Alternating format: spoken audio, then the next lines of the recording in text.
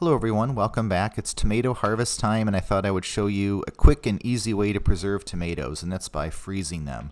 So the process is simple. You just wash the tomatoes, dry them, and then de-stem them. You want to de-stem them so that the stems don't poke a hole in the vacuum seal bag and stop you from getting a tight seal. And so I also portion them up. There's 6 of them here. It's about 30 ounces, which is like a large can of tomatoes if you think of it that way. Those are usually like 28 ounces-ish.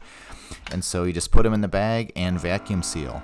Now there are a lot of pluses to this. One, it's quick and easy. That's my favorite reason for doing it this way, and the main reason we do it this way versus canning.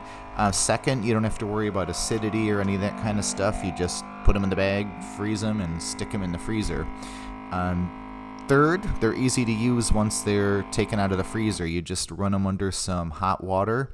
The skin will slide right off the tomato as soon as it starts to soften up a little bit, and then you've just got your tomato to use. So you sort of skin them when you cook with them versus before you process them. So you're just sort of putting that part of the process off, and you're only doing it batch by batch.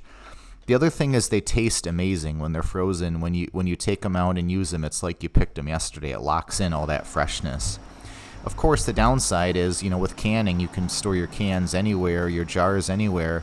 With these, of course, you need to have adequate freezer space. But if you have a big chest freezer, you can put a whole bunch of these in there before you'd run out of space. You can do the same thing with peppers too, by the way, and it works amazing. Just put them in there a couple at a time. So thank you for watching. As I mentioned, these would be ones you'd cook with. You wouldn't use these raw just because they get really watery, like anything that's frozen and defrosted. But other than that, it's a fantastic way to preserve tomatoes.